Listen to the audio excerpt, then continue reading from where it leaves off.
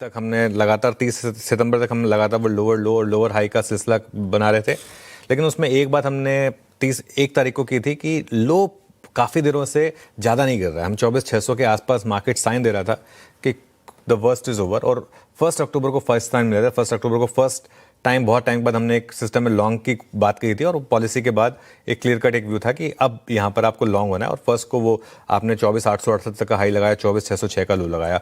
और अब फ्राइडे का देख लीजिए, फ्राइडे को ध्यान रखिएगा, हम 70-75 पॉइंट नीचे खुले थे अगर आप वो प्री ओपन देखेंगे तो 24,904 उसके बाद रिकवरी तक गए हम, और आप लो देखें 24,747 कंफर्टेबली अहेड, और जहां खुले बस वहीं लो था, और वहां से मार्केट ने आपको वन वे रैली दी और बैंक निफ्टी ने उसको फिर से लीड किया।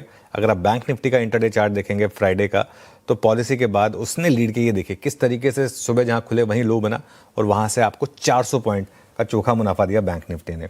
अगर आज गिफ्ट निफ्टी सही है और अगर वाकई में 50 पॉइंट नीचे खुल रहा है, तो मैं इसे फिर से एक मौका मानूंगा, जैसा कि हमने फ्राइडे को माना था।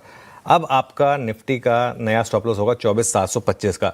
बेसिकली जो फ्राइडे का लॉस है बस जरा सा नीचे, कई बार क्या होता है 10-15 पॉइंट से वो कहीं लग जाए तो फिर दिक्कत हो जाती है।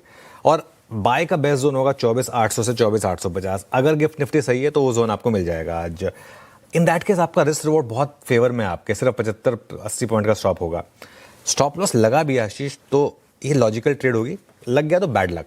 कई बार क्या होता है कि आपका स्टॉप लॉस लगता भी है तो भी आपको एक्सेप्ट करना होता है कि हाँ ठीक है, ट्रेड ठीक थी, बस वो नहीं चली, अलग बात है। पर आज का सबसे इंपॉर्टेंट फैक्टर होगा बैंक निफ्टी। बैंक निफ्टी किस तरीके से रिएक्ट करेगा।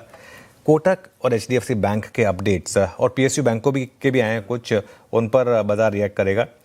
मेरे हिसाब से कोटक बैंक और HDFC बैंक दोनों के अपडेट्स अच्छे हैं, क्योंकि लोन ग्रोथ बहुत टाइम के बाद हम सिस्टम में डबल डिजिट लोन ग्रोथ देख रहे हैं।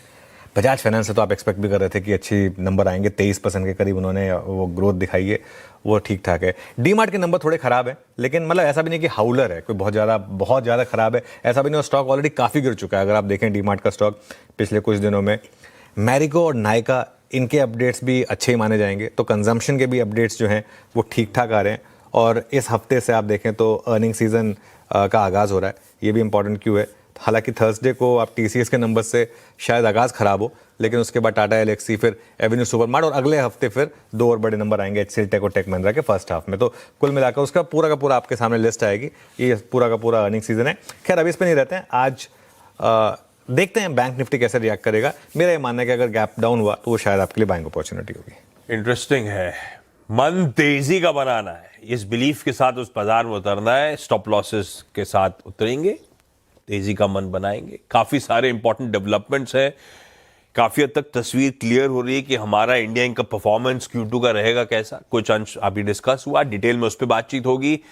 और आज तो पिछले हफ्ते से बढ़िया टीज चल रहा है, चार्ट GPT का भी दिन है ना आज चार्ट GPT ये आज से शुरू हो रहा है, सब पे उतरेंगे। पहले सुबह की टॉप हेडलाइंस। हर सुबह की करें शानदार शुरुआत, सबसे सॉलिड रिसर्च, सटीक सलाह, बेहतरीन ट्रेडिंग आइडियाज और साथ में मुनाफे वाली रणनीति। कीजिए मुनाफे की तैयारी हमारे साथ। देखिए CNBC आवाज मोतीलाल ओसवाल स्टूडियो से लाइव।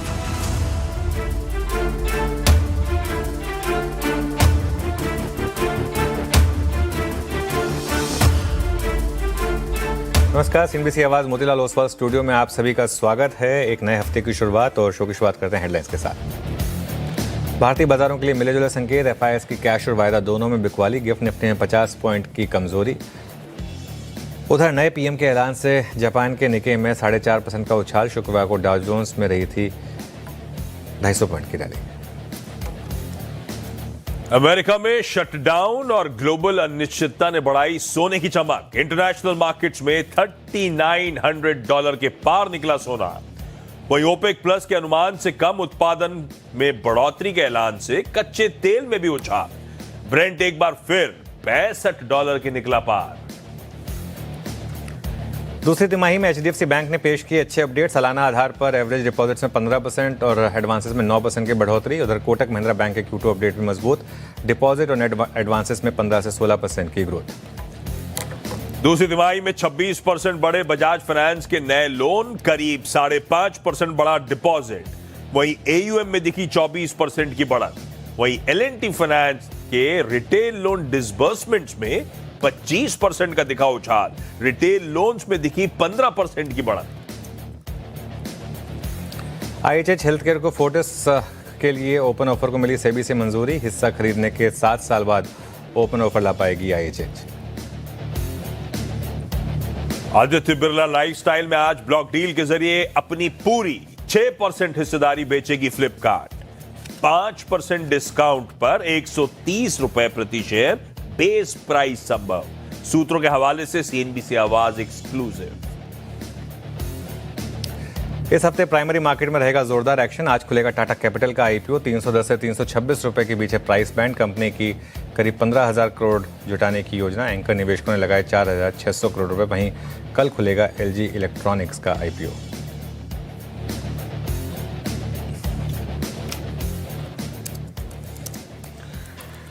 ओके, चलिए शुरुआत करते हैं शो की।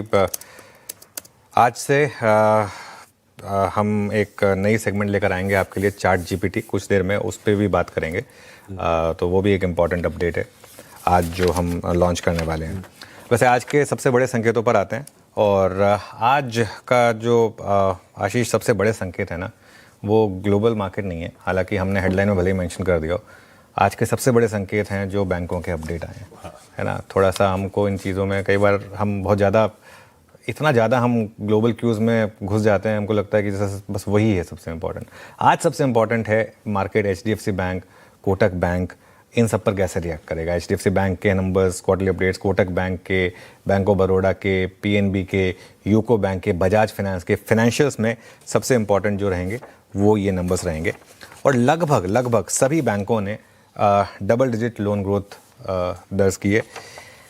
मेरा ये मानना है कि इकोनॉमी के रिवाइवल के लिए ये पहला पॉजिटिव साइन है। देखिए, इवेंचुअली कंपनियां लोन कब लेंगी? जब कंपनियों को लग रहा है कि उन्हें अब या तो नई फैक्ट्री डालनी है या एक्सपेंशन करना है। वो कंपनियां कब करेंगे? जब उन्हें लग रहा है कि डिमांड है। यस। अगर कंपनी की डिमांड ही नहीं होगी किसी चीज़ की, प्रोडक्ट की, तो ज़्यादा प्रोडक्ट बनाएगी नहीं। ज़्यादा प्रोडक्ट बनाएगी नहीं तो वो एक्सपेंड नहीं करेगी, और एक्सपेंड नहीं करेगी तो वो लोन नहीं लेगी। अब तक इकोनॉमी में क्या हो रहा था? अब तक इकोनॉमी में यही हो रहा था ना। अब डबल डिजिट जो लोन ग्रोथ हैं, देखिए HDFC बैंक का जो क्वार्टरली अपडेट है ना, इस चीज़ को समझिए।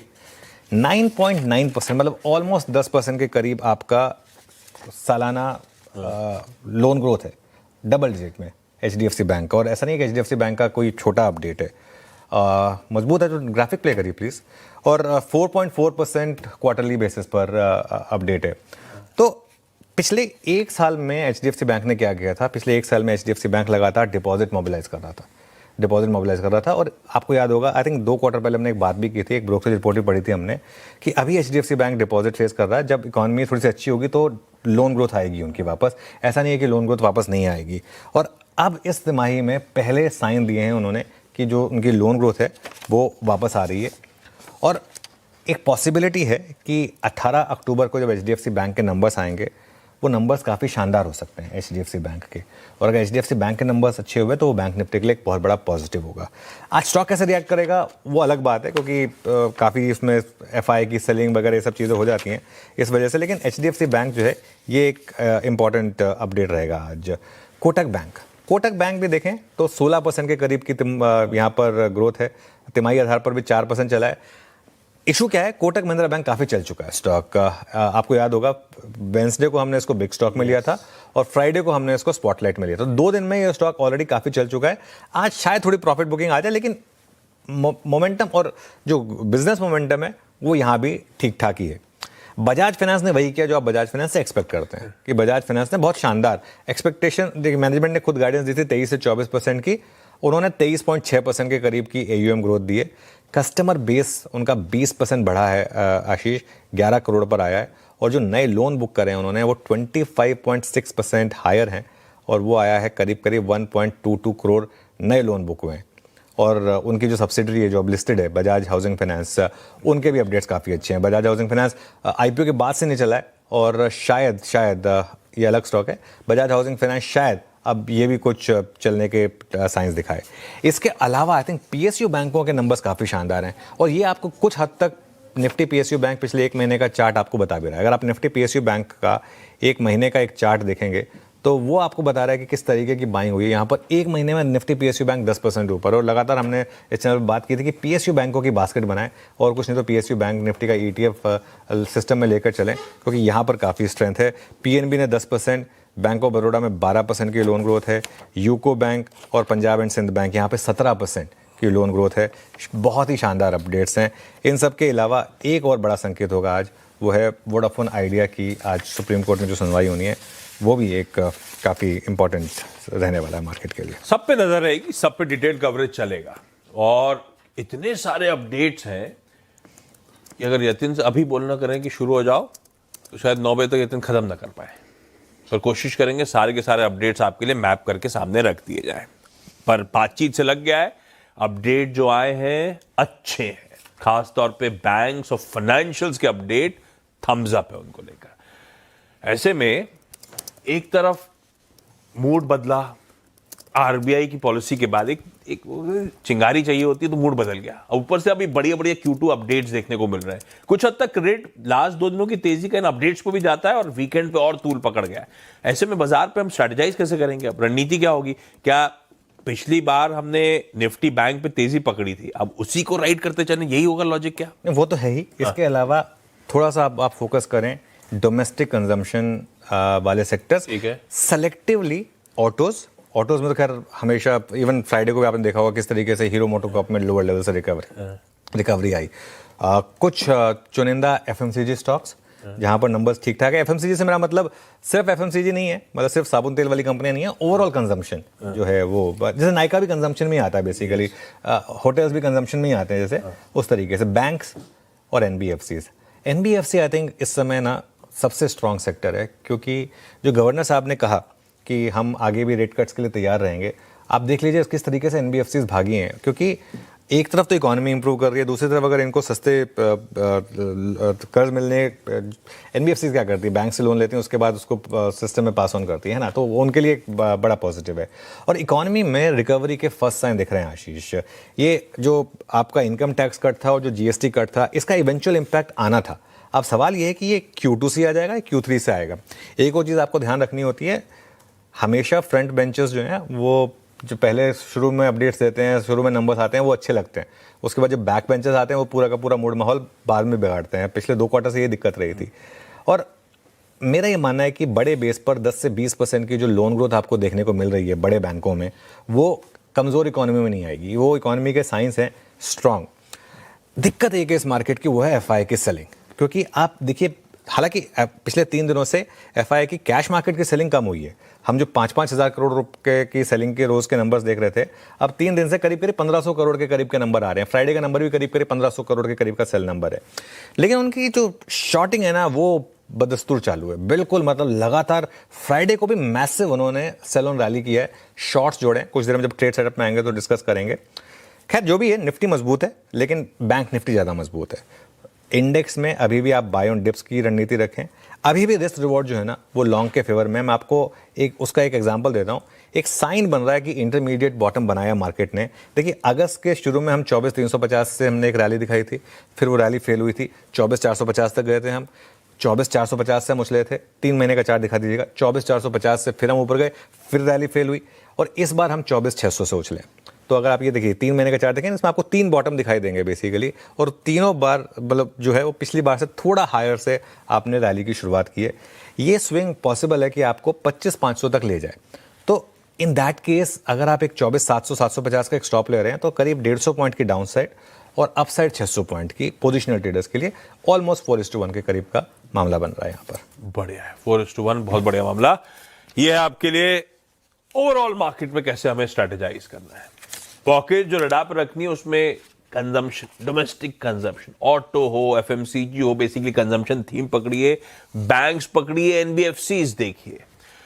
और एनबीएफसीज तो वैसे फोकस में रहेंगे क्योंकि एक दिग्गज 15,500 करोड़ रुपए का आज से टाटा कैपिटल का आईपीओ भी खुल रहा है। कुछ ही देर में सुबह सीएनबीसी आवाज पे टाटा कैपिटल का टॉप मैनेजमेंट भी होगा, सुनिएगा। उसके बाद डिसाइड करिएगा आईपीओ में पैसा लगाना है या नहीं लगाना।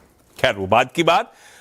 अब आइए, आज से चार्ट जीपीटी का आगाज हो रहा है, शुरुआत हो रही है। आज क्या है इसमें खास वो ये आ गई बढ़िया सी स्टिंग आपकी स्क्रीन पे, चार्ट जीपीटी। क्या क्या चुना आपने, कैसे चुना? देखिए, सबसे पहले तो एक डिस्क्लेमर, ये बाय या सेल रिकमेंडेशन नहीं है। अगर आप बाय या सेल कर रहे हैं तो अपने फाइनेंशियल एडवाइजर पूछिएगा, लेकिन ये आपको एक, जैसे कहते हैं ना, हम एक कुंजी पकड़ा रहे हैं, उसके बाद आप उसमें से पढ़ के उसके बाद आप अपना काम करें। आपकी होमवर्क में मदद कर रहा है। बिल्कुल बिल्कुल। सबसे पहला चार्ट में जो आपको दिखा रहा हूँ वो है निफ्टी का मेटल्स इंडेक्स। ये आशीष ऑल टाइम हाई पर है, और पिछले महीने जिस तरीके से डॉलर के मूव्स रहे हैं उस हिसाब से ये एक ऐसी पॉकेट है। ये वैसे भी इसमें ध्यान रखिए, ये सिक्लिकल प्ले है।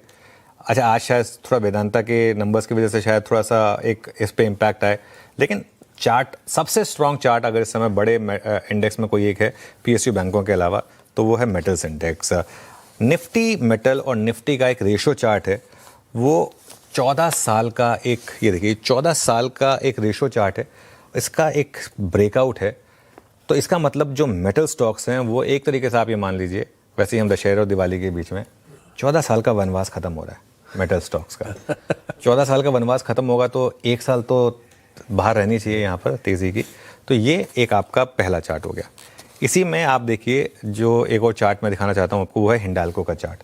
क्योंकि एक तो हमने सेक्टर आइडेंटिफाई कर लिया, विद इन सेक्टर सबसे ज़्यादा स्ट्रॉन्ग जो चार्ट है वो हिंडाल्को का है। वीकली चार्ट, वीकली बेसिस पर सबसे मजबूत चार्ट है और सबसे ज़्यादा मोमेंटम वाला चार्ट है ये। निफ्टी शेयरों में सबसे ज़्यादा मोमेंटम, और 20 डे एवरेज वॉल्यूम से ज़्यादा के वॉल्यूम फ्राइडे की ट्रेड पर यहाँ पर हिंडाल्को में हुए। तो इस वजह से ये एक और स्टॉक है जो आज आपके रडार पर रहेगा। अब आते हैं एक ऐसे चार्ट पर जो थोड़ा सा बुल्स का बीपी बढ़ा रहा है, वो है निफ्टी आईटी का चार्ट। निफ्टी आईटी और निफ्टी 50 का रेशो चार्ट देखिए, ये मेक और ब्रेक जोन में है। हम आईटी में प्रोलॉन्ग बेयर फेज में एंटर करने वाले हैं या नहीं, ये इस अर्निंग सीजन के बाद क्लियर हो जाएगा। इस अर्निंग सीजन के बाद जिस तरीके की टीसीएस की प्रॉब्लम्स रही हैं, कंपनियां लगातार लोगों को निकाल रही है, और आईटी कंपनियों में कुछ तो बदला है पिछले, और बहुत जल्दी ये बदलाव आया है। आई थिंक किसी ने सोचा नहीं होगा एआई का इम्पैक्ट इतनी जल्दी इतना ख़राब होगा कंपनियों के ऊपर।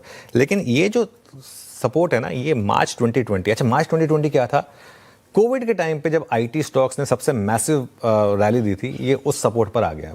अब या तो यहाँ से बाउंस बैक करे या यहाँ से एक वो उस पूरी रैली के वो निकलने का एक रिस्क ओपन हो जाएगा यहाँ पर। इस वजह से ये एक चार्ट है जो आपके लिए थोड़ा सा इंपॉर्टेंट है। एक अगला चार्ट फायर करिए जिसमें अच्छा वॉल्यूम और अच्छा प्राइस एक्शन है, वो है Hindustan aeronautics limited, defence stocks. Defence stocks में अगर आप देखें तो हैल में, ये हैल का चार्ट है, 4 दिन की कैंडल्स में, पिछले 2 दिन की कैंडल्स में काफ़ी शानदार रैली रही। और देखिए, जब गिरावट के बाद स्टॉक्स रैली करते हैं, शुरू में थोड़ा सा कॉन्फिडेंस कम होता है, फिर धीरे धीरे कॉन्फिडेंस बढ़ता है। तो पिछले 3 दिनों से यहाँ पर वॉल्यूम और डिलीवरी वॉल्यूम दोनों काफ़ी ऊपर आए हैं। ये मैंने डिलीवरी वॉल्यूम के हिसाब से लिया खासतौर से, और 4 दिनों से यहाँ पर या तो लॉन्ग्स हैं या शॉर्ट कवरिंग है। इसके बाद आते हैं मेरा एक फेवरेट इंडिकेटर जो आप मुझे काफ़ी सुनते भी होंगे, higher high and higher low. 5 हफ्ते से कुछ स्टॉक्स हैं जो हायर हाई और हायर लो बना रहे हैं। वो हैं JSW Steel, Indian Bank, Muthoot Finance. एक बार लिस्ट रख दीजिए, उसके बाद एक एक चार्ट दिखा देंगे। Indian Bank, Muthoot finance, HPCL और बीपीसीएल, ये 5 स्टॉक्स हैं जो लगातार हायर हाई और हायर लो बना रहे हैं।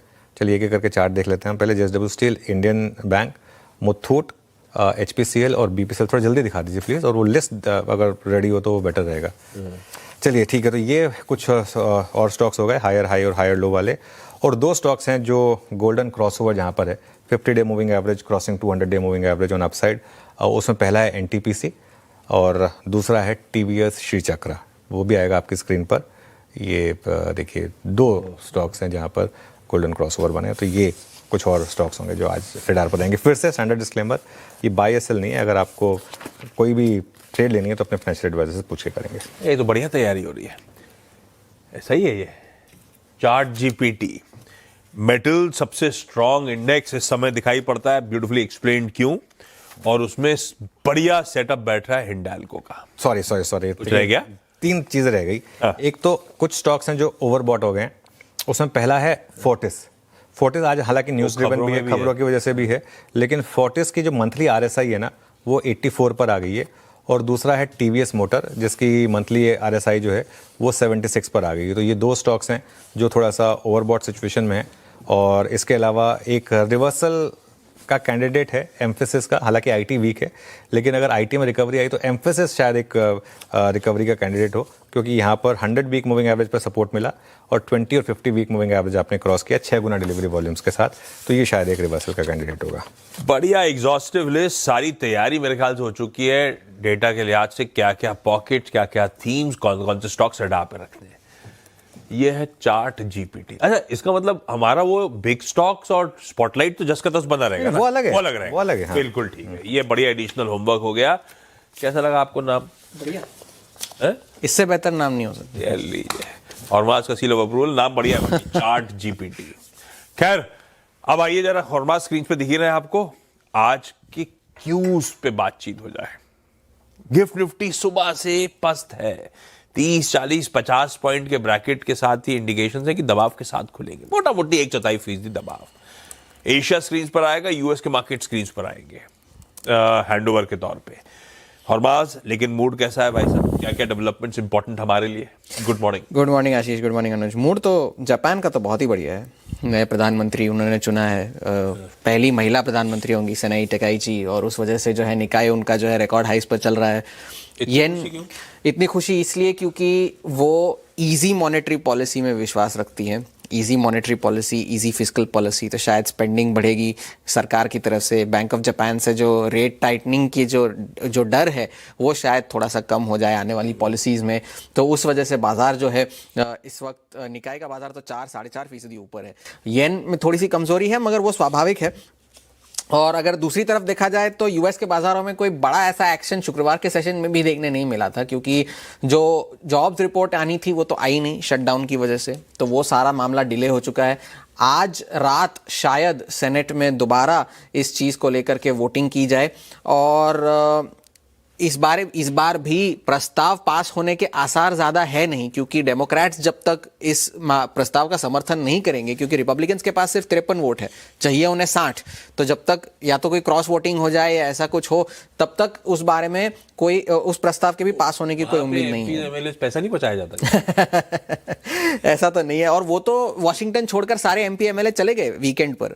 डोनाल्ड ट्रंप तो गोल्फ खेलने चले ही जाते हैं, लेकिन वहाँ पे भी सारे वाशिंगटन छोड़कर चले गए वीकेंड पे, और अब जाकर के वो आज दोबारा वाशिंगटन लौटेंगे। और उनकी वर्कर्स की जो यूनियन है, फेडरल वर्कर्स की, उन्होंने अदालत में ये याचिका दायर की है कि अगर कोई मास लेऑफ्स का जो कदम डोनाल्ड ट्रंप उठाए तो उसे तुरंत खारिज कर दिया जाए, क्योंकि उनके पास कोई ऐसा कानूनी तौर पर अधिकार है नहीं ये करने के लिए कि शटडाउन में राष्ट्रपति को ये अधिकार मिले कि वो लेऑफ्स कर सके। पिछले पूरे हफ्ते से एडमिनिस्ट्रेशन के कई सारे लोग ये कहते आ रहे हैं कि लेऑफ्स होंगे, ये होगा, वो होगा, तो उसमें अदालत में ये मामला पहुंच गया है। और केविन हैसेट जो उनके इकोनॉमिक एडवाइजर है, उन्होंने ये कहा है कि अगर डेमोक्रेट्स थोड़ी सी रियायत बरते तो लेऑफ का सवाल नहीं उठता, क्योंकि मामला सुलझ जाएगा। मॉर्गन स्टैनली ये अनुमान लगा रहा है कि 10 दिन से लेकर के 1 महीने तक ये शटडाउन चलने की उम्मीद है।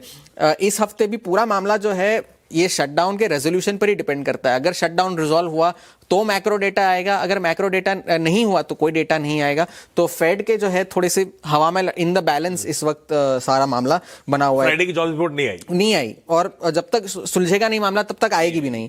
और तेल की कीमतें थोड़ी सी बढ़ी है, क्योंकि ओपेक ने जो है एक छोटा सा आउटपुट हाइक अप्रूव किया है, जबकि खबरें चल रही थी कि काफी बड़ा आउटपुट हाइक हो सकता है। वैसा नहीं हो, एक छोटा सा हाइक अप्रूव हुआ है। तो फिलहाल के लिए हैंडओवर एक अनसर्टन सा हैंडओवर बना हुआ है, क्योंकि जब तक ये मामला सुलझ नहीं जाता शटडाउन का, तब तक आगे बढ़ने के कोई आसार इस वक्त नजर नहीं आ रहे। लीजिए भाई साहब, अनसर्टेन सा मामला है, हैंडओवर न्यूट्रल से निगेटिव टाइप्स है। न्यूट्रल से नेगेटिव के लिए ठीक है, ये हो गया ग्लोब का हैंडओवर।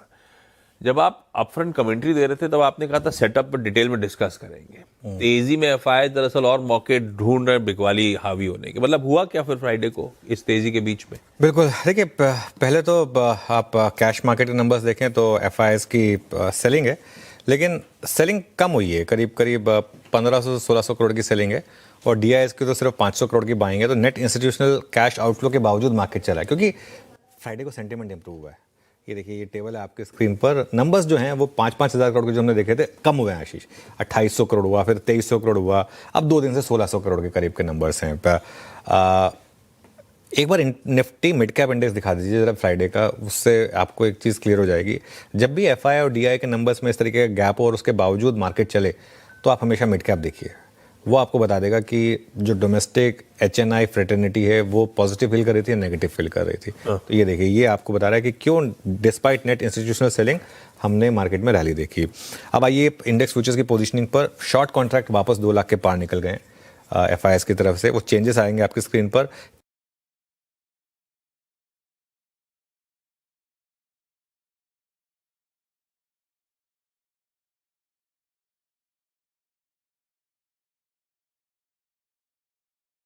करें और 54,900 का एक स्ट्रिक्ट और टाइट स्टॉप लॉस रखें। निफ्टी और बैंक निफ्टी दोनों में अपनी पोजीशन को कैरी करें। पिछले दिन के स्टॉप लॉस के लो के स्टॉप के साथ अब लॉन्ग रहना है और निफ्टी में 25,000 और बैंक निफ्टी में 56,000 ये नेक्स्ट टारगेट है।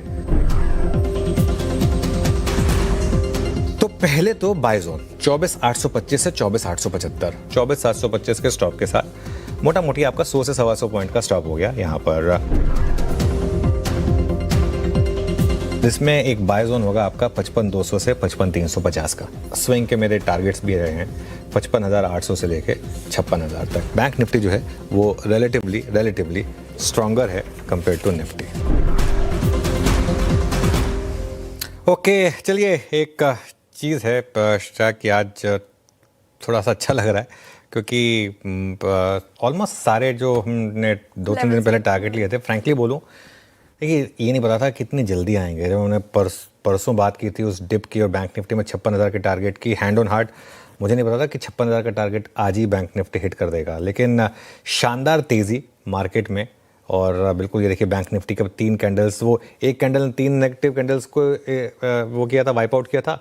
अब तो धीरे धीरे हम बाकी सारी कैंडल्स को भी वाइप आउट कर रहे हैं जो रेड कैंडल्स थी। और निफ्टी में लगातार तीसरे दिन आपने हायर हाई बनाया और हायर लो बनाया, और ये स्विंग्स हैं 9 दिन की पॉजिटिव स्विंग के बाद 8 दिन की नेगेटिव स्विंग, और अब तीसरे दिन लगातार पॉजिटिव स्विंग।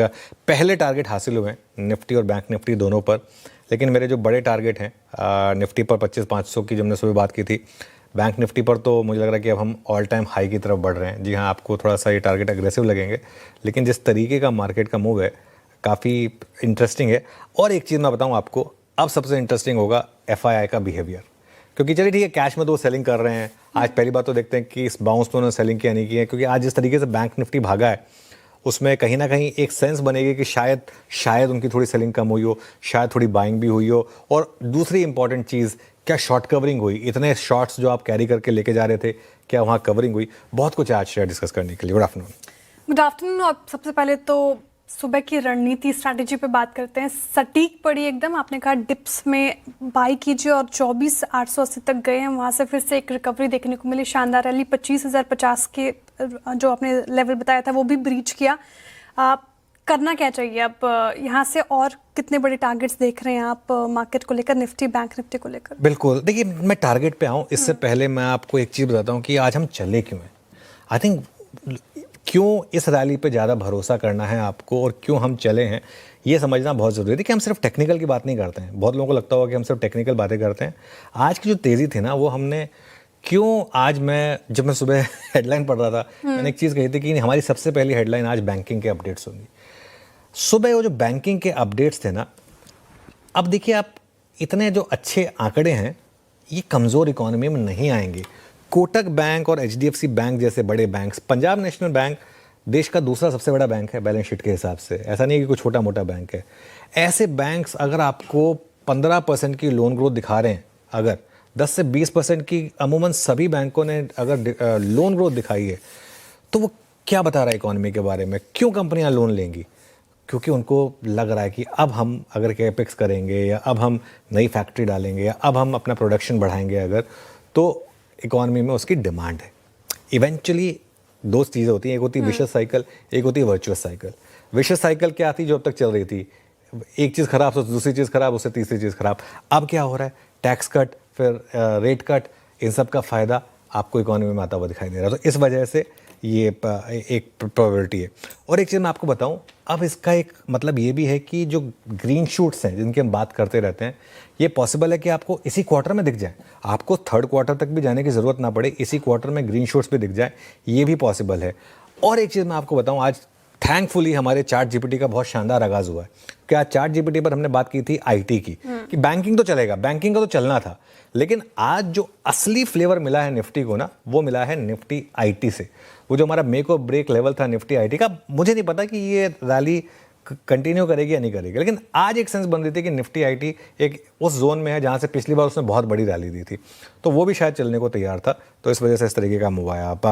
अब आपके अगले सवाल पर आता हूं कि अब यहां से क्या करना है निफ्टी और बैंक निफ्टी पर। पहली बात तो लॉन्ग बने रहें, और अब सिस्टम ही आपको ट्रेड से बाहर निकालेगा। अब आपको सिर्फ इसलिए बाहर नहीं होना कि इंडेक्स बहुत चल गया है। ट्रस्ट में, अगर ऐसा होता तो बहुत लोग 24,800 पे, 24,950 पे भी निकल गए होते ना, वहां से आप 100-150 पॉइंट और भागे हैं। अब आपका स्टॉप लॉस हो गया 24,881 का, सिंपल 24,881 अब आपका नया स्टॉप लॉस है। आज सुबह 24,725 था, अब 24,881, थोड़ा एडजस्ट करना चाहें तो 24,850 बस। और अगला टारगेट 25,200 का और फिर 25,600 का निफ्टी में। और कोई भी गिरावट अगर आपको मिले, कोई भी गिरावट, अभी हम जब स्टूडियो में एंटर कर रहे थे गिरावट आ रही थी, देखिए उसमें वापस बाइंग आ गई, तो वो गिरावट जो है ना वो बहुत थोड़े समय तक रहने वाली है, उसमें आपको अपॉर्चुनिटी ढूंढनी है बाइंग करने की। और 24,950 से 25,050 का कोई भी जोन अब आपको मिल जाए। अब भूल जाइए आपको कि वो 24,750, 24,700 मिलेगा, अब नहीं मिलेगा वो, अब वो गया।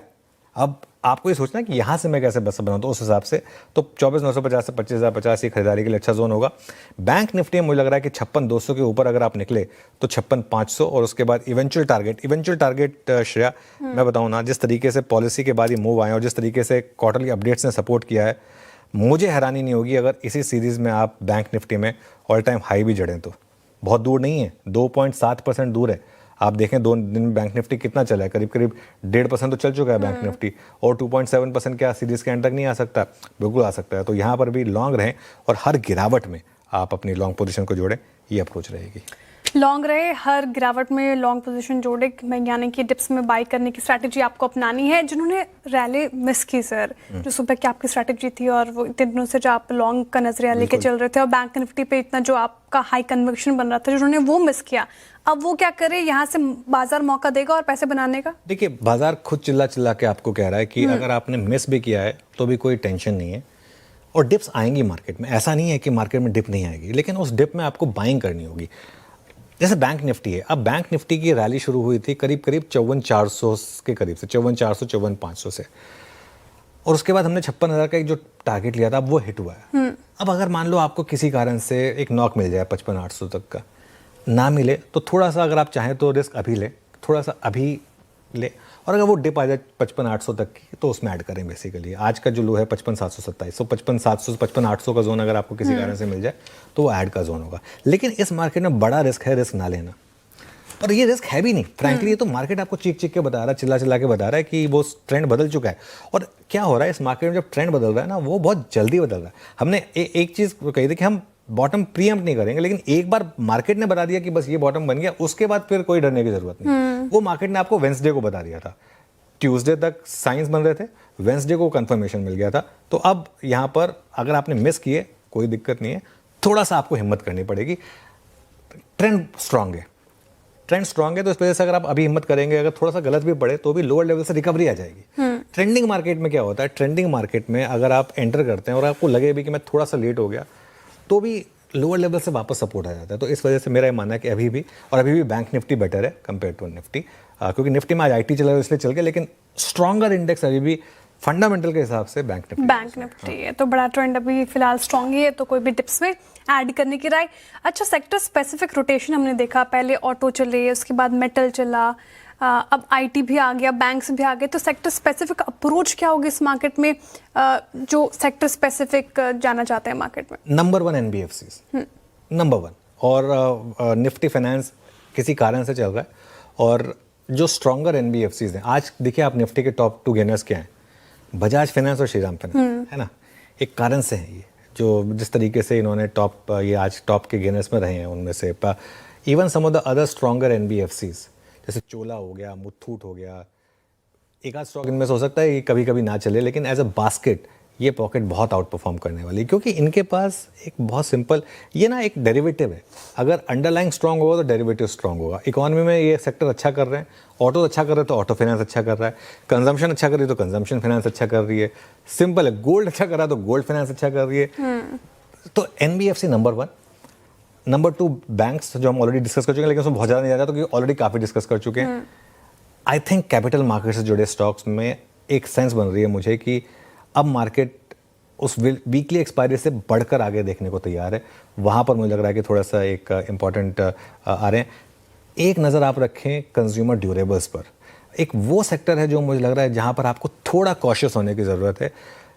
हर कुछ नहीं चलेगा यहाँ पर। एज एन इंडेक्स देखिए, ये शुरू में अंडर परफॉर्म कर रहा था, अब यहाँ पर भी थोड़ी सी बाइंग आई है। यहाँ पर आपको बहुत सेलेक्टिव होना पड़ेगा, क्योंकि यहाँ पर मुझे लग रहा है कि इस अर्निंग सीजन में ना श्रेया, एक दो कंपनियां बहुत अच्छा परफॉर्म करेंगी, लेकिन एक दो कंपनियां आपको डिसअपॉइंट भी करेंगी। तो इसके लिए इसमें थोड़ा सा आपको स्टॉक स्पेसिफिक रहना है, थोड़ा stock consumer specific durables रहना, में। हाँ, ठीक है, बिल्कुल। बैंक्स पे काफी चर्चा की, लेकिन सवाल ये कि बैंक्स जिस तरीके से Q2 अपडेट्स आए, आपने ग्रीन शूट्स की भी बात की थी, तो अभी क्या ये अच्छे अर्निंग्स की ओर इशारा कर रहे हैं? क्या लग रहा है आपको? देखिए, बिल्कुल इशारा कर रहे हैं। और एक चीज़ और आपको समझनी होगी, सरकार और RBI गवर्नर और RBI सेम पेज पर है। सबका फोकस अब ग्रोथ पर है। और जब एक सरकार का एक फोकस किसी एक सेक्टर पर होता है ना, वो सेक्टर अच्छा करता है। जैसे जब डिफेंस पे फोकस आया था सरकार का, रेलवेज पर फोकस आया था, आपने देखा था किस तरीके की रैली हुई थी, है ना। इस समय सरकार का फोकस है ग्रोथ पर और कंजम्पशन पर, और वो पूरा का पूरा अब आपको इकोनॉमी रिलेटेड स्टॉक्स के थ्रू ट्रेड करने को मिलेगा। तो बने रहें। मैं जैसे कहते हैं ना, एक चीज़ को कई बार एड नॉजियम बार बार कहता हूँ कि मार्केट में चीज़ें कई बहुत सिंपल होती हैं, हम कॉम्प्लिकेट कर देते हैं इसको। जैसे जो हम बात कर रहे हैं, higher high higher low, lower high lower low, 3 swing market आपको इस तरीके से दे चुका है। अगर वो मार्केट आपको स्विंग दे रहा है तो उस मार्केट के मैसेज को बस ट्रस्ट करें और उस पर काम करें। चलिए श्रेया, मेरी बातें काफ़ी हो गई, अब आगे बढ़ते हैं। आपके ट्रेंडिंग स्टॉक्स और कार्यक्रम का क्रम समझ लें। बिल्कुल, डिटेल में हमने बात की इंडिसेस के ऊपर, sector specific, in fact stock specific approach भी। अब स्टॉक्स की बात ही हुई तो ट्रेंडिंग स्टॉक्स की बात कर लेते हैं। मार्केट एट डेज हाई, तो शुरुआत करेंगे कहाँ ज़्यादा खरीदारी होती हुई नजर आई आपकी स्क्रीन पर इस वक्त? ऑब्वियसली पूरा health care space, auto, hospital space जिस तरीके से भागा है सरकार की राहत की खबर के बाद, और डिटेल में समझेंगे क्यों ये पूरा स्पेस, हेल्थ केयर स्पेस और हॉस्पिटल से स्पेस भाग रहे हैं। मैक्स हेल्थ के 6.5% की तेजी के साथ कर रहा है कारोबार। पूरा NBFC स्पेस दिखेगा आपको, Shriram finance 4%, Kotak Mahindra 2.5%, Apollo hospital again 3.25% की तेजी के साथ कारोबार करता हुआ नजर आएगा। अगेन यहाँ पे वायदा बाजार से देखिए फोर्टिस हेल्थ केयर, शानदार रैली 7% अप आज के सेशन में। न्यू एज स्टॉक्स में नाइका, पेटीएम दिखेगा आपको 6.5%, Nykaa, Paytm 5%, BSE capital market stocks भी फोकस में है तो 5.5% ये उछल गया आज के साथ में। लेकिन अच्छे मूड माहौल में भी कई सारे स्टॉक्स हैं जहां डेंट पड़ा है। मेटल्स क्योंकि बैकफुट पर, टाटा स्टील 2% गिरा, अडानी पोर्ट्स में मुनाफा वसूली 1.5%, NTPC थोड़ा आज डगमगाया 1% ज्यादा की गिरावट, टाटा मोटर्स भी लगभग, क्योंकि ऑटो स्पेस में हालांकि थोड़ी रिकवरी देखने को मिली थी लेकिन थोड़ा अभी भी दबाव है। सम्मान कैपिटल देखिए, बात भी हो रही थी सुबह, यहाँ पे 6% का डेंट उस खबर के बाद, और वोट जब से प्रमोटर्स चेंज हुए हैं उसके बाद। वोडाफोन आइडिया आज जो AGR ड्यूज वाला मामला था वो 13 अक्टूबर तक सुनवाई उसकी टल गई है, और उस खबर के बाद 4% गिरा। इरेडा टूटा 2% और JSPL में भी लगभग 2%